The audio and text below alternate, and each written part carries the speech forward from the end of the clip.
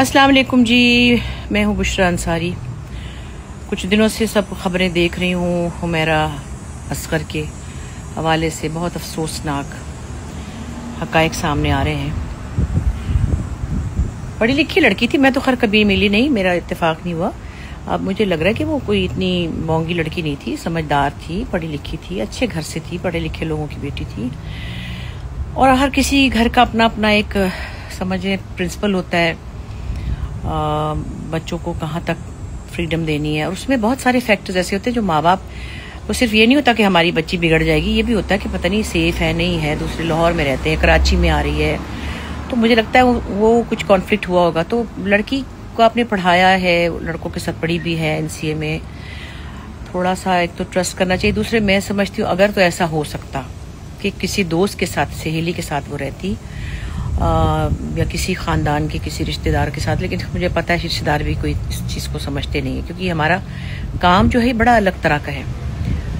मतलब कई दफ़ा मैं ही कहती हूँ कि मैं आऊँगी रात को 10 बजे, तो मैं सुबह 3 बजे आ रही होती हूँ, क्योंकि हमारे काम का कोई हिसाब किताब है नहीं। नॉर्मल लोगों का कसूर नहीं है, उनकी समझ से बाहर है ये कि भाई कोई अगर 10 बजे का कह रहे हैं तो सुबह के 4 बजे कैसे आ सकता है। सो वो उनकी भी मैं समझती हूँ, उनके माँ बाप की जो पॉइंट ऑफ व्यू उनका है, किसी हद तक उनको ये सूट नहीं कर रहा था।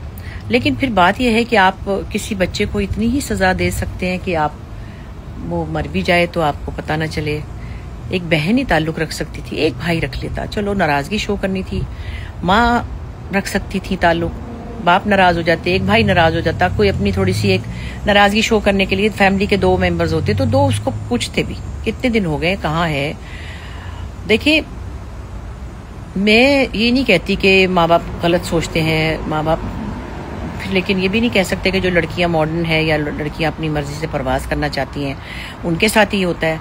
मैं तो कई बेचारी बापर्दा ख़वातीन को देखती हूँ, उनको तो ससुराल वाले ही जला देते हैं, हिजाब वाली बच्चियों को लोग सड़क पे छेड़ देते हैं, तंग कर देते हैं। तो ये माशरा रंग बिरंगे लोगों से भरा हुआ है और हर कोई चाहता है कि उसके बच्चे प्रोटेक्टेड रहें। कई दफ़ा घर में अपने ही कोई क्लोज रिश्ते से ही बच्चे या बच्चियाँ जो हैं वो एक खौफनाक अमल से गुजरते हैं।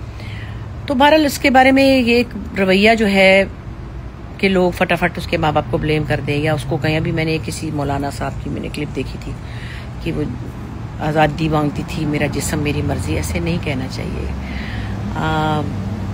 आप कोई फतवा लगाने वाले नहीं होते, किसी का पता थोड़ी होता है कि वो क्या पता बहुत अच्छे दिल की लड़की हो, मैं तो नहीं इतना जानती, लेकिन लोग कह रहे हैं। और सिर्फ कि माँ बाप की ज़रा उसने नाफरमानी की है, जो कि ज़ाहिर है अच्छी बात तो नहीं है, लेकिन मुझे लगता है कि कहीं माँ बाप से भी ज़रा ज़्यादा ही भूल चूक हो गई है। अब जो भी है उसका तमाशा न बनाएं कि वो ये थी तो वो थी। तो बगैर देखे किसी पर तोहमत लगाना इतना बड़ा गुनाह है कि मैं क्या ही बताऊँ आपको। इतना बड़ा गुनाह है कि जिसका कोई मतलब मयार नहीं है, कोई पैमाना नहीं है। सो उसकी रूह को सवाब पहुँचे, उसके लिए दुआ कीजिए, उसको दर्जात मिले। उसके माँ बाप को सारी ज़िंदगी का ये एक गम मिल गया है, उनके लिए सब्र की दुआ मांगे। और हमेशा जो लड़कियां अपनी मर्ज़ी से जीना चाहती हैं वो ख़राब नहीं होती, उनको अपनी आज़ादी की कीमत ऐसे भी चुकानी पड़ती है। अल्लाह ना करे कि हमारी ज़िंदगी में ऐसी कोई सिचुएशन आए जैसी इसकी ज़िंदगी में आई है, या आयशा आपा के ये हादसे भी होते हैं ना। तो प्लीज़ इसको कोई एक फ़लसफ़े के थ्रू या इसको कोई इबरत का मुकाम बनाने की कोशिश मत करें। बहुत बहुत शुक्रिया।